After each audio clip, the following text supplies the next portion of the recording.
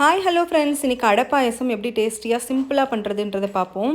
இது ரொம்ப ரொம்ப டேஸ்டியாக இருக்கும். நீங்கள் வீட்டில் ட்ரை பண்ணி பாருங்கள், சீக்கிரமாகவே பண்ணிடலாம்.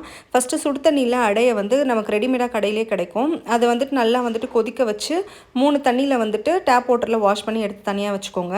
அடுத்து ஒரு பாத்திரத்தில் வெல்லம் நல்லா நசுக்கி வெல்லத்தை போட்டுட்டு சுடு தண்ணியில் அதுக்கப்புறம் லைட்டாக 1 பிஞ்ச் சால்ட் போட்டு அது நல்லா கொதிக்கட்டும். கொதிக்கிற நேரத்தில் நம்ம அந்த வாஷ் பண்ணி வச்சுருக்க அடையையும் போட்டு நல்லா கொதிச்சதுக்கப்புறம் அதில் பால் நீங்கள் ஆல்ரெடி ஆற வச்ச பால் ஊற்றணும். ஊற்றுனதுக்கப்புறம் நம்ம எப்பவும் போல் கேஷ்யூ நட்டு, ஏலக்காய், அப்புறம் திராட்சை 3த்தையும் நல்லா நெய்யில் ஃப்ரை பண்ணி அதில் அப்படியே ஊற்றிடுங்க. இது நல்லா கொதிச்சு வர நேரத்தில் தேங்காய் பால் எடுத்து வச்சுக்கோங்க. தேங்காய் பால் எடுத்துகிட்டு இது நல்லா கொதிச்சு திக்காக வர நேரத்தில் தேங்காய் பால் கரெக்டாக ஒரு 5 மினிட்ஸ் தான் கொதிக்கணும், அதுக்கு மேலே கொதிக்கக்கூடாது.